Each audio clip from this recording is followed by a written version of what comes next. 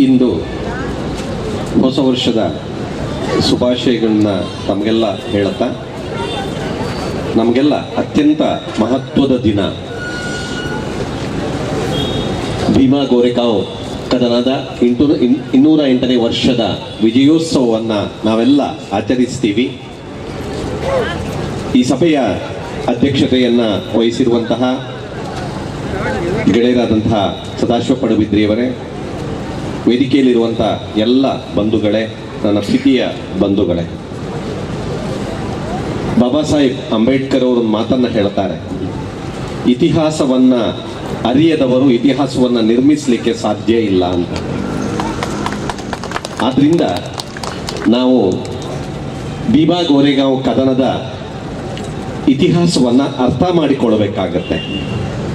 ಇವತ್ತು ಯಾರೆಲ್ಲ ಶಿಕ್ಷಣವನ್ನು ಪಡೆದಿದ್ದಾರೋ, ಸ್ವಾತಂತ್ರ್ಯ ನಂತರ, ಅದಕ್ಕೆ ಮೊದಲೇ ಸಾರ್ವತ್ರಿಕ ಶಿಕ್ಷಣ ಆರಂಭ ಆಗಿತ್ತು.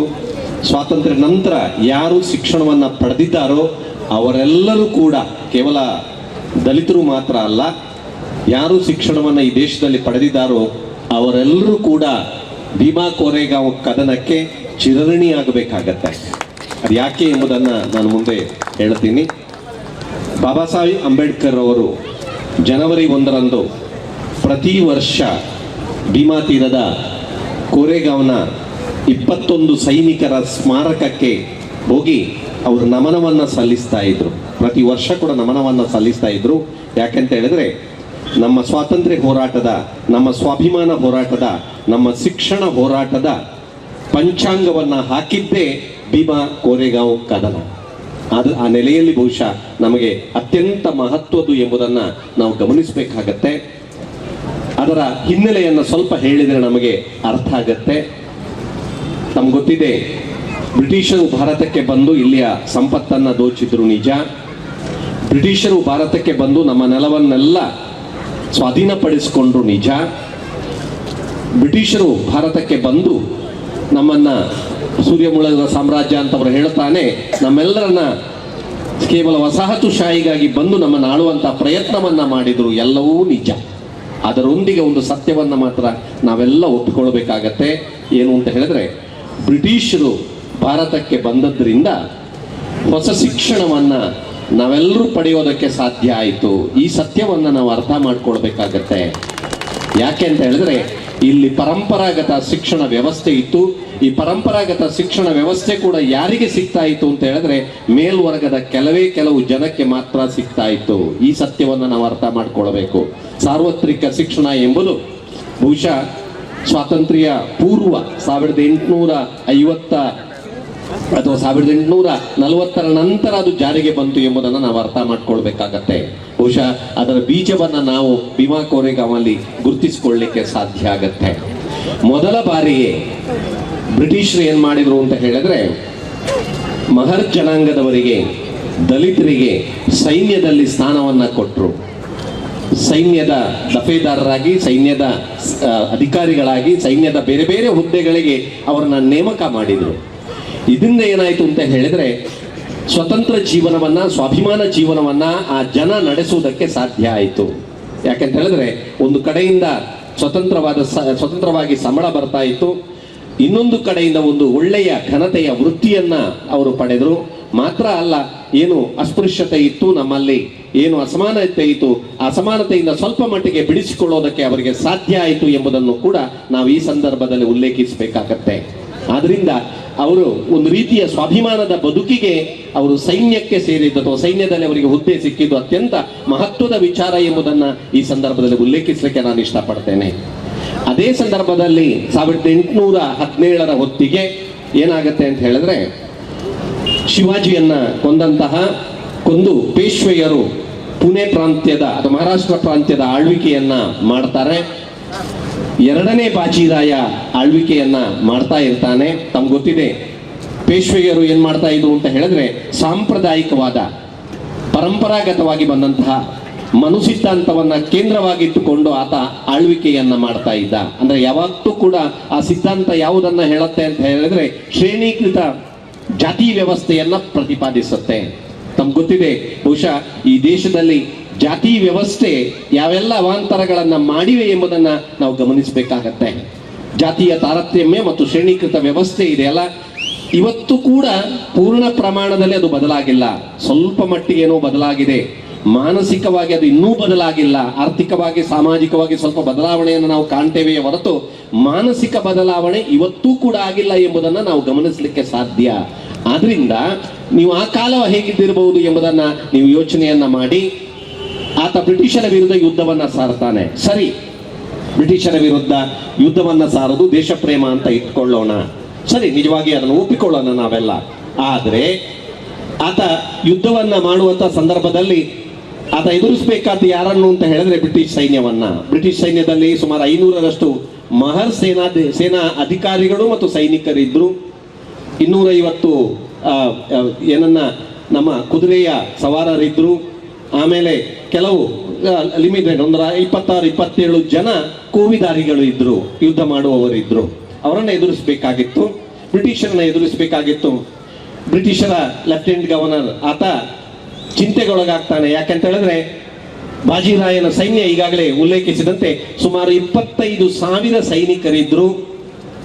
ಸುಮಾರು 2,500ಕ್ಕಿಂತಲೂ ಹೆಚ್ಚು ಕುದುರೆಯ ಕಾಳಾಳುಗಳಿದ್ರು.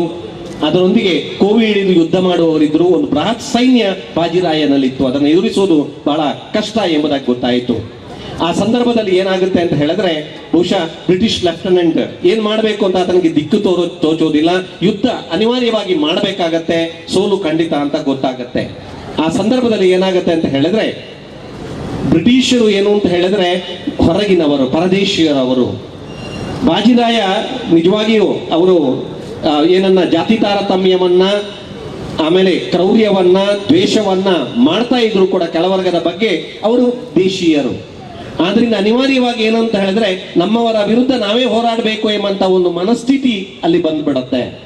ಆ ಸಂದರ್ಭದಲ್ಲಿ ಏನಾಗತ್ತೆ ಅಂತ ಹೇಳಿದ್ರೆ ಸಿದ್ದನಾಕ ಮಹರ್ ಸೈನಿಕರ ನಾಯಕ ಆತ ಏನ್ ಮಾಡ್ತಾನೆ ಅಂತ ಹೇಳಿದ್ರೆ ಆತ ಬಾಜಿರಾಯನನ್ನ ಆತ ಭೇಟಿಯಾಗ್ತಾನೆ. ಆತನ ಬಾಜಿರಾಯನ ಮಂತ್ರಿಯ ಮೂಲಕ, ಗೋಖಲೆಯ ಮೂಲಕ ಭೇಟಿಯಾಗ್ತಾನೆ.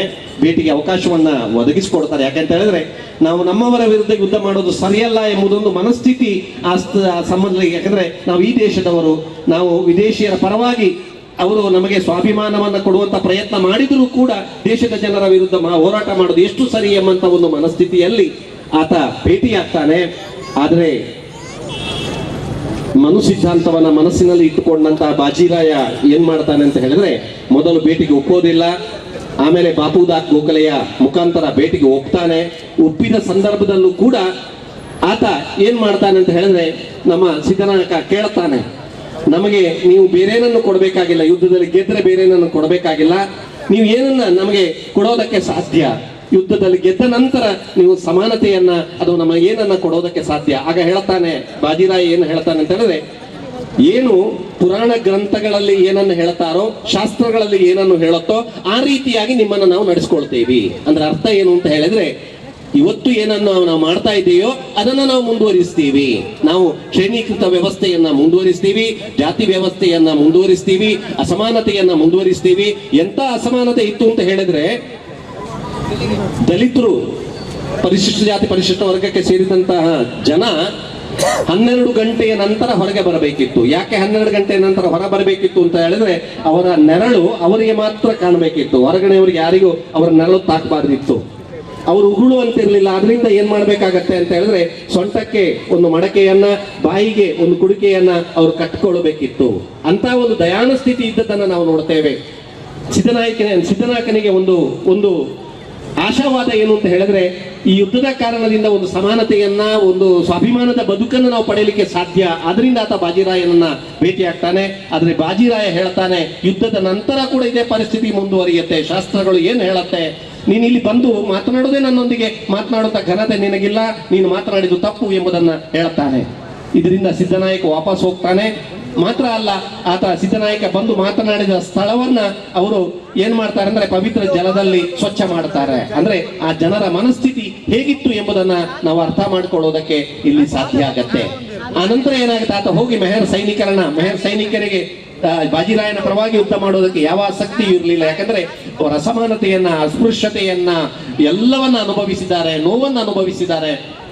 ನಾವು ನೋಡ್ತೇವೆ ಡಾಕ್ಟರ್ BR ಅಂಬೇಡ್ಕರ್ ಅವರು ವಿದೇಶದಲ್ಲಿ ಶಿಕ್ಷಣವನ್ನ ಪಡೆದು ಬಂದು, ಬಹುಶಃ ಭಾರತದಲ್ಲಿ ಆ ರೀತಿ ಅಷ್ಟು ಶಿಕ್ಷಣವನ್ನು ಪಡೆದವರು ಯಾರೂ ಇಲ್ಲ. ಅಂತ ಮಹತ್ವನನ್ನು ಕೂಡ ಶಾಲೆಯ ಸಂದರ್ಭದಲ್ಲಿ ಅಸ್ಪೃಶ್ಯತೆಯಲ್ಲಿ ನೋಡಿದ್ದನ್ನು ನಾವು ಗಮನಿಸುವುದಕ್ಕೆ ಸಾಧ್ಯ. ಅಂತ ಸಂದರ್ಭದಲ್ಲಿ ಬಹುಶಃ ಬಾಜಿರಾಯ ಹೇಳುತ್ತಾನೆ, ಬಾಜಿರಾಯನ ವಿಚಾರವನ್ನ ಮಹರ್ಜ ಸೈನಿಕರಿಗೆ ಹೇಳ್ತಾನೆ. ಸೈನಿಕರು ಬ್ರಿಟಿಷರ ಪರವಾಗಿ ಯುದ್ಧ ಮಾಡೋದಕ್ಕೆ ಸಿದ್ಧರಾಗ್ತಾರೆ. ಯುದ್ಧ ನಡೆಯುತ್ತೆ. ಬಹುಶಃ ಚರಿತ್ರೆಯಲ್ಲಿ ಬಹಳ ಗಮನಿಸಬೇಕಾದಂತ ವಿಚಾರ ಏನು ಅಂತ ಹೇಳಿದ್ರೆ, ಮನೋಶಕ್ತಿ, ಆತ್ಮಶಕ್ತಿ ಅಂತ ನಾವು ಏನನ್ನ, ಆತ್ಮಬಲ ಅಥವಾ ಇಚ್ಛಾಶಕ್ತಿ ಅಂತ ನಾವು ಏನನ್ನ ಕರಿತೇವೆ, ಅದು ಯಾವತ್ತೂ ಕೂಡ ವಿಜಯವನ್ನ ಗಳಿಸಲಿಕ್ಕೆ ಸಾಧ್ಯ. ಯಾಕೆ ಅಂತ ಹೇಳಿದ್ರೆ, ಸುಮಾರು 25,000 ಜನ ಇದ್ದಂತ ಸೈನ್ಯ, ಪ್ರಬಲವಾದಂತಹ ಬಾಜಿರಾಯನ ಸೈನ್ಯವನ್ನ 500 ಜನ ಮೆಹರ್ ಅವರ ಇದ್ದಂತಹ ಸೈನ್ಯ, ಸಿದ್ಧನಾಯಕನ ನೇತೃತ್ವದ ಸೈನ್ಯ ಸೋಲಿಸಿ ಬಿಡತ್ತೆ. ಯುದ್ಧದಲ್ಲಿ ಸೋಲ್ತಾರೆ. ಬಾಜಿರಾಯ ಸೋಲ್ತಾನೆ, ಬಾಜಿರಾಯ ಓಡಿ ಹೋಗ್ತಾನೆ. ಆಮೇಲೆ ಬಾಪು ಗೋಖಲೆ ಕೂಡ ಓಡಿ ಹೋಗ್ತಾನೆ. ಎಲ್ಲ ಕೇವಲ 21 ಸೈನಿಕರು ಮಾತ್ರ, 500 ಜನರಲ್ಲಿ 21 ಸೈನಿಕರು ಮಾತ್ರ, ಮಹಾರ್ ಸೈನಿಕರು ಮಾತ್ರ ಮರಣವನ್ನಾಗ್ತಾರೆ. ಯುದ್ಧವನ್ನ 1817 ಡಿಸೆಂಬರ್ ಅಲ್ಲಿ ಆರಂಭವಾದಂತ, ಡಿಸೆಂಬರ್ 31 ಆರಂಭವಾದಂತ ಯುದ್ಧ ಡಿಸೆಂಬರ್ 1ನೇ ತಾರೀಕಿಗೆ ಬೆಳಿಗ್ಗೆ ಮುಕ್ತಾಯ ಆಗತ್ತೆ. ಅಂದ್ರೆ ಆನಂತರ ಏನಾಗುತ್ತೆ ಎಂಬುದು ಬಹಳ ಕುತೂಹಲ. ಬ್ರಿಟನ್ ರಾಣಿ ಈ ಯುದ್ಧದಲ್ಲಿ ಗೆದ್ದದ್ದಕ್ಕಾಗಿ ಮಹರ್ ಸೈನಿಕರಿಗೆ, ಜನಕ್ಕೆ ಏನ್ ಬೇಕಾದ್ರೂ ಕೊಡ್ತೇನೆ, ನಾವು ಏನ್ ಬೇಕಾದ್ರೂ ಕೇಳಿ, ನೀವು ಭೂಮಿ ಕೇಳಿ, ಹಣ ಕೇಳಿ, ಏನ್ ಬೇಕಾದ್ರೂ ಕೇಳಿ ಅಂತ ಹೇಳ್ತಾರೆ. ಆ ಸಂದರ್ಭದಲ್ಲಿ ಸಿದ್ಧನಾಯಕ ಮತ್ತು ಮಹರ್ ಜನಾಂಗದ ಜನ ಹೇಳ್ತಾರೆ, ನಮಗೆ ಭೂಮಿ ಬೇಕಾಗಿಲ್ಲ, ನಮಗೆ ಅರಮನೆ ಬೇಕಾಗಿಲ್ಲ, ನಮಗೆ ಯಾವುದೂ ಬೇಕಾಗಿಲ್ಲ, ಸಂಪತ್ತು ಬೇಕಾಗಿಲ್ಲ, ನಮಗೆ ಬೇಕಾಗಿರೋದು ಏನು ಅಂತ ಹೇಳಿದ್ರೆ, ನಮ್ಮ ಜನಕ್ಕೆ ಸ್ವಾಭಿಮಾನದ ಬದುಕುವುದಕ್ಕಾಗಿ ಶಿಕ್ಷಣವನ್ನ ನೀಡಿ. ಇದನ್ನ ಕೇಳ್ತಾರೆ. ನಾನು ಯಾಕೆ ಅದನ್ನ ಹೇಳಿದ್ದು ಅಂತ ಹೇಳಿದ್ರೆ, ಇವತ್ತು ಯಾರು ಈ ನೆಲದಲ್ಲಿ ಕಳೆದ 79 ವರ್ಷದಲ್ಲಿ ಅಥವಾ ಅದಕ್ಕಿಂತಲೂ ಹಿಂದೆ ಶಿಕ್ಷಣವನ್ನ ಪಡೆದಿದ್ದಾರೋ, ಯಾವುದೇ ಜಾತಿಯ ಜನ ಇರಬಹುದು, ಯಾರು ಶಿಕ್ಷಣವನ್ನ ಪಡೆದಿದ್ದಾರೋ ಅವರು ಪಡೆಯೋದಕ್ಕೆ ಕಾರಣ ಏನು ಅಂತ ಹೇಳಿದ್ರೆ ಭೀಮಾ ಕೋರೆಗಾಂವ್. ಯಾಕೆ ಅಂತ ಹೇಳಿದ್ರೆ, ಬ್ರಿಟಿಷರು ಅದಕ್ಕೆ ಒಪ್ಪಿಕೊಳ್ತಾರೆ, ಭಾರತಕ್ಕೆ ಸಮಿತಿಯನ್ನ ಕಳಿಸ್ತಾರೆ, ಇಲ್ಲಿ ಸಾರ್ವತ್ರಿಕ ಶಿಕ್ಷಣವನ್ನ ಹೇಗೆ ಅನುಷ್ಠಾನ ಮಾಡಬಹುದು ಎಂಬುದರ ಬಗ್ಗೆ ತೀರ್ಮಾನವನ್ನ ಮಾಡ್ತಾರೆ. ಆ ಬಳಿಕ 1957ರಲ್ಲಿ ತಮ್ಗೆ ಗೊತ್ತಿದೆ, ಮೊದಲ ಸ್ವಾತಂತ್ರ್ಯ ಸಂಗ್ರಾಮ ನಡೆಯುತ್ತೆ. ಅದು ಕೂಡ ಬಹುಶಃ ಎಲ್ಲಾ ಜಾತಿಯ, ಎಲ್ಲಾ ಜನಾಂಗದ ಜನ, ಸೈನಿಕರೆಲ್ಲ ಒಟ್ಟಾಗಿ ಮಾಡಿದಂತ ಯುದ್ಧ, ಭಾರತದ ಮೊದಲ ಸ್ವಾತಂತ್ರ್ಯ ಸಂಗ್ರಾಮ. ಬಹುಶಃ ಭೀಮಾ ಕೋರೆಗಾಂವ್ ಕದನ ಭಾರತೀಯ ಸ್ವಾತಂತ್ರ್ಯ ಸಂಗ್ರಾಮಕ್ಕೆ ಮಾತ್ರ ಅಲ್ಲ, ಆ ನಂತರ ಭಾರತೀಯ ಸ್ವಾತಂತ್ರ್ಯ ಸಂಗ್ರಾಮ ಮತ್ತು ಭೀಮಾ ಕೋರೆಗಾಂವ್ ಕದನ ಏನಿದೆ, ಅದು ಈ ದೇಶದಲ್ಲಿ ಸಾರ್ವತ್ರಿಕ ಶಿಕ್ಷಣ ಬರೋದಕ್ಕೆ ಸಾಧ್ಯ ಆಯಿತು. ಆದ್ರಿಂದ ಬಾಬಾ ಸಾಹೇಬ್ ಅಂಬೇಡ್ಕರ್ರಿಗೆ ಕೂಡ ಒಂದು ರೀತಿಯಲ್ಲಿ ಉತ್ಸಾಹವನ್ನ, ಪ್ರಚೋದನೆಯನ್ನ ಈ ಕದನ ನೀಡಿತು ಎಂಬುದನ್ನು ನಾವು ಹೇಳಬೇಕಾಗತ್ತೆ. ಅವರು ಹೇಳ್ತಾರೆ, ಯುನೈಟ್, ಒಟ್ಟಾಗಿ, ಎಜುಕೇಟ್ ಶಿಕ್ಷಣವನ್ನ ಪಡೆಯಿರಿ, ಜ್ಞಾನವನ್ನ ಪಡೆಯಿರಿ, ಆಮೇಲೆ ನಿಮ್ಮ ಹಕ್ಕುಗಳಿಗಾಗಿ ಹೋರಾಟ ಮಾಡಿ. ನಮ್ಮಲ್ಲಿ ಅರಿವಿನ ಕೊರತೆ ಇದೆ, ಜ್ಞಾನದ ಕೊರತೆ ಇದೆ. ನಾವು ದೇಶದ ವಿರುದ್ಧ ಮಾತಾಡ್ತಾ ಇಲ್ಲ, ನಾವು ದೇಶವನ್ನ ಪ್ರೀತಿಸ್ತೀವಿ. ಬೇರೆಯವರು ಎಷ್ಟು ದೇಶ ಪ್ರೇಮಿಯೋ ಅಷ್ಟೇ ನಾವು ದೇಶ ಪ್ರೇಮಿಗಳು. ಅದನ್ನು ಯಾರು ಅಲ್ಲಗಳಿಲಿಕ್ಕೆ ಸಾಧ್ಯ ಇಲ್ಲ. ಇದನ್ನು ನಾವು ಬಹಳ ಮುಖ್ಯವಾಗಿ ಹೇಳಬೇಕಾಗತ್ತೆ. ಯಾಕೆಂದ್ರೆ ಕೋರೆಗಾಂವ್ ಕದನ ಬ್ರಿಟಿಷರ ಪರವಾಗಿದ್ರು ಕೂಡ, ಯಾಕಂದ್ರೆ 2ನೇ ಮಹಾಯುದ್ಧದ ಸಂದರ್ಭದಲ್ಲಿ ಭಾರತದ ಎಲ್ಲ ನೇತಾರರು, ಸ್ವಾತಂತ್ರ್ಯ ಹೋರಾಟದ ನೇತಾರರು ಬ್ರಿಟಿಷರನ್ನ ಬೆಂಬಲಿಸಿದ್ರು. ಯಾಕೆ ಬೆಂಬಲಿಸಿದ್ರು ಅಂತ ಹೇಳಿದ್ರೆ, ಹಿಟ್ಲರನ ಸಾಮ್ರಾಜ್ಯಶಾಹಿ ಇದೆಯಲ್ಲ, ಆತನ ಸರ್ವಾಧಿಕಾರವನ್ನ ವಿರೋಧಿಸುವುದಕ್ಕೆ ಬ್ರಿಟಿಷರನ್ನ ಬೆಂಬಲಿಸಿದ್ರು. ಅದೇ ರೀತಿ ನಮ್ಮ ಸ್ವಾಭಿಮಾನಕ್ಕಾಗಿ ಕೋರೆಗಾಂವ್ ಕದನದಲ್ಲಿ ಬ್ರಿಟಿಷರನ್ನ ಬೆಂಬಲಿಸಿದ್ರು. ಆದ್ರೆ ಭಾರತೀಯರಿಗೆ ಸಾರ್ವತ್ರಿಕ ಶಿಕ್ಷಣ ಸಿಗೋದಕ್ಕೆ ಅದು ಕಾರಣ ಆಯಿತು ಎಂಬುದನ್ನು ಕೂಡ ನಾವು ಈ ಸಂದರ್ಭದಲ್ಲಿ ಅರ್ಥ ಮಾಡ್ಕೊಳ್ಬೇಕಾಗತ್ತೆ. ಆ ನೆಲೆಯಲ್ಲಿ ನಾವು ಈ ದಿನವನ್ನ ಅತ್ಯಂತ ಪವಿತ್ರ ದಿನ, ನಾವು ಈ ದಿನವನ್ನ ಆಚರಿಸಬೇಕು. ಏನು ಅಂತ ಹೇಳಿದ್ರೆ, ಜ್ಞಾನವನ್ನ, ನಮ್ಮ ಚಿಂತನೆಯನ್ನ, ನಮ್ಮ ಯೋಚನೆಯನ್ನ ಹೆಚ್ಚಿಸುವ ಮೂಲಕ ನಾವು ಈ ದಿನವನ್ನ ಆಚರಿಸಬೇಕಾಗತ್ತೆ. ನಮಗೆಲ್ಲರಿಗೂ ಕೂಡ ಡಾಕ್ಟರ್ BR ಅಂಬೇಡ್ಕರ್ ಅವರು ಮಾದರಿ. ಯಾಕಂತ ಹೇಳಿದ್ರೆ, ಒಬ್ಬ 12ನೇ ಶತಮಾನದಲ್ಲಿ ಬಸವಣ್ಣ ಅದನ್ನು ತೋರಿಸ್ಕೊಟ್ಟಿದ್ದಾರೆ. ಏನ್ ತೋರಿಸ್ಕೊಟ್ಟಿದ್ದಾರೆ ಅಂದ್ರೆ, ಸಾಮಾನ್ಯ ಜಾತಿಯ, ಕೆಳಜಾತಿಯ, ಕೆಳ ವರ್ಗದ, ಹಿಂದುಳಿದ ವರ್ಗದ ಸಾಮಾನ್ಯ ಜನ ಕೂಡ ಅವಕಾಶ ಒದಗಿದರೆ ಯಾವ ರೀತಿಯ ವಿದ್ಯಾಶಕ್ತಿಯನ್ನ, ಯಾವ ರೀತಿಯ ಜ್ಞಾನ ಶಕ್ತಿಯನ್ನ ಗಳಿಸಿಕೊಳ್ಳಬಹುದು ಎಂಬುದಕ್ಕೆ 12ನೇ ಶತಮಾನದ ಬಸವಣ್ಣನವರ ನೇತೃತ್ವದ ಕಲ್ಯಾಣದ ಕ್ರಾಂತಿ ಒಂದು ಒಳ್ಳೆಯ ಉದಾಹರಣೆ. ಆ ಬಳಿಕ ಅದನ್ನು ಸಾಧಿಸಿ ತೋರಿಸಿದವರು ಡಾಕ್ಟರ್ BR ಅಂಬೇಡ್ಕರ್ ಅವರು. ಸುಮಾರು 20 ರಿಂದ 22 ಡಿಗ್ರಿಯನ್ನ ಭಾರತ ಮಾತ್ರ ಅಲ್ಲ, ವಿದೇಶಿ ವಿಶ್ವವಿದ್ಯಾನಿಲಯಗಳಲ್ಲಿ ಕೂಡ ಸ್ವಾತಂತ್ರ್ಯ ಪೂರ್ವದಲ್ಲಿ ಪಡೆದದ್ದು ಮಾತ್ರ ಅಲ್ಲ, ಭಾರತಕ್ಕೆ ಕಳೆದ 79 ವರ್ಷದಲ್ಲಿ ಈ ದೇಶದಲ್ಲಿ ಪ್ರಜಾಪ್ರಭುತ್ವ ವ್ಯವಸ್ಥೆ ಅತ್ಯಂತ ಜತನದಿಂದ ಕಾಪಾಡಿಕೊಂಡು ಬರಲಿಕ್ಕೆ ಸಾಧ್ಯ ಆಯಿತು. ಯಾವುದರಿಂದ ಅಂತ ಹೇಳಿದ್ರೆ ಡಾಕ್ಟರ್ BR ಅಂಬೇಡ್ಕರ್ ಅವರು ನೀಡಿದಂತಹ ಸಂವಿಧಾನದಿಂದ. ನಾವು ಅರ್ಥ ಮಾಡ್ಕೊಳ್ಬೇಕು, ನಾವೆಲ್ಲರೂ ಕೂಡ ಕೀಳರಿಮೆಯಿಂದ ಹೊರ ಬರಬೇಕು. ಯಾಕೆಂದ್ರೆ ಯಾರೂ ಕೂಡ ನಮಗೆ ಕೊಡುವ ಭಿಕ್ಷೆ ಅಲ್ಲ, ಯಾರು ಕೂಡ ನಮಗೆ ಕೊಡುವಂತ ಭಿಕ್ಷೆ ಅಲ್ಲ, ಸರ್ಕಾರ ಕೊಡುವಂತ ಭಿಕ್ಷೆ ಅಲ್ಲ, ಯಾವುದೂ ಅಲ್ಲ. ನಮಗೆ ಸಂವಿಧಾನದತ್ತ ನಮ್ಮ ಹಕ್ಕುಗಳನ್ನ ನಾವು ಕೇಳ್ತೇವೆ, ಸಮಾನತೆಯನ್ನ ಕೇಳ್ತೇವೆ, ಸ್ವಾತಂತ್ರ್ಯವನ್ನ ಕೇಳ್ತೇವೆ. ನಾವು ಭಾತೃತ್ವ, ಅಂಬೇಡ್ಕರ್ ಅವರನ್ನ ಅದನ್ನ ಪ್ರತಿಪಾದಿಸ್ತಾರೆ. ಅಂಬೇಡ್ಕರ್ ಎಂದೂ ಕೂಡ ರಕ್ತ ಕ್ರಾಂತಿಯನ್ನ ಪ್ರತಿಪಾದಿಸಿಲ್ಲ, ಅವರು ಹೋರಾಟದ ಕ್ರಾಂತಿಯನ್ನಷ್ಟೇ ಪ್ರತಿಪಾದಿಸಿದ್ದಾರೆ. ಎಲ್ಲಕ್ಕಿಂತಲೂ ಮುಖ್ಯವಾಗಿ ಸಂವಿಧಾನ ಹೇಳುವಂತ ಸಾಮಾಜಿಕ ನ್ಯಾಯ ಇದ್ದಾಗ ಮಾತ್ರ ಆರ್ಥಿಕ ನ್ಯಾಯ ಸಿಗ್ಲಿಕ್ಕೆ ಸಾಧ್ಯ ಆಗತ್ತೆ. ಆರ್ಥಿಕ ನ್ಯಾಯ ಇಲ್ಲದಂತಹ ರಾಜಕೀಯ ನ್ಯಾಯಕ್ಕೆ ಅರ್ಥ ಇಲ್ಲ, ಅದಕ್ಕೆ ರಾಜಕೀಯ ಸ್ವಾತಂತ್ರ್ಯಕ್ಕೆ ಅರ್ಥ ಇಲ್ಲ. ಆದ್ರಿಂದ ನಮಗೆ ಪ್ರಾತಸ್ಮರಣೀಯರು ಡಾಕ್ಟರ್ BR ಅಂಬೇಡ್ಕರ್ ಅವರು. ಬಹುಶಃ ಈ ಕೋರೆಗಾಂವ್ ಕದನ ನಮಗೆಲ್ಲರಿಗೂ ಕೂಡ ಸ್ವಾಭಿಮಾನದ ಬದುಕನ್ನ ಬದುಕುವುದಕ್ಕೆ ಸಂಕೇತ ಅಂತ ಹೇಳ್ತಾ, ಬಹುಶಃ ಇವತ್ತು ಬಹಳ ಸಂಭ್ರಮದಿಂದ ನಮ್ಮ ನಿರೀಕ್ಷೆಗಿಂತಲೂ ಮೀರಿ ಜನಸ್ತೋಮು ನಮ್ಮ ಬಂಧುಗಳು ಇಲ್ಲಿ ಸೇರಿದ್ದಾರೆ. ಇಲ್ಲಿ ವಿಜಯೋತ್ಸವವನ್ನ, ಪಂಜಿನ ಮೆರವಣಿಗೆಯನ್ನ ಬಹಳ ವೈಭವದಿಂದ ನಾವು ಆಚರಿಸಿದ್ದೀವಿ. ಆ ಕಾರಣಕ್ಕಾಗಿ ನಾನು ಕರ್ನಾಟಕ ದಲಿತ ಸಂಘರ್ಷ ಸಮಿತಿಯ ನಾವು ದಕ್ಷಿಣ ಕನ್ನಡ ಜಿಲ್ಲಾ ಸಮಿತಿಯನ್ನ, ಅದರ ಎಲ್ಲ ಪದಾಧಿಕಾರಿಗಳನ್ನ, ನಿಮ್ಮೆಲ್ಲರನ್ನ ವಂದಿಸ್ತಾ ನನ್ನ ಮಾತನ್ನ ಮುಗಿಸ್ತೀನಿ. ನಮಸ್ಕಾರ.